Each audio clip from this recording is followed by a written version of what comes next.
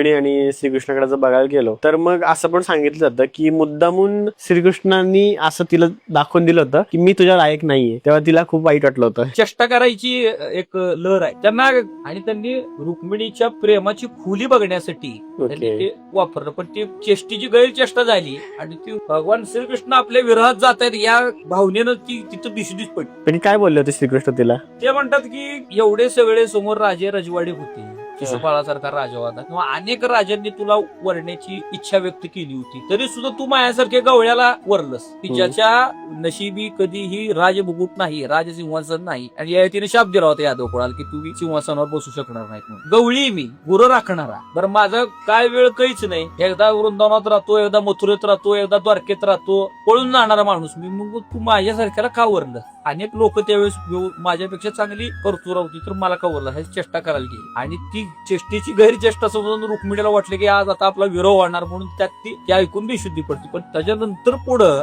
जे जे कृष्णानं मांडलेलं आहे की तू माझ्याशी का लग्न केलं, आम्ही पळून जाणारे आहोत, आम्ही गवळी आहोत, असं तसं जे जे कृष्णानं प्रश्न मांडलं त्याची उत्तर इतकी सुंदर दिली आहेत की त्यातनं रुक्मिणीचं ज्ञान, रुक्मिणीची बुद्धिमत्ता, रुक्मिणीचं त्याच वेळेस उत्तर देण्याची जी एक कला असते ती इतकी सुंदर आहे. मग ती उत्तर दिल्यानंतर भगवान श्रीकृष्ण म्हणजे हे तुझं ऐकायसाठीच मी असं बोललो होतो, पण पहिल्यांदा तुझ्या लक्षात आलं नाही मी हे का बोललोय, म्हणून तू बेशुद्धी पडलीस.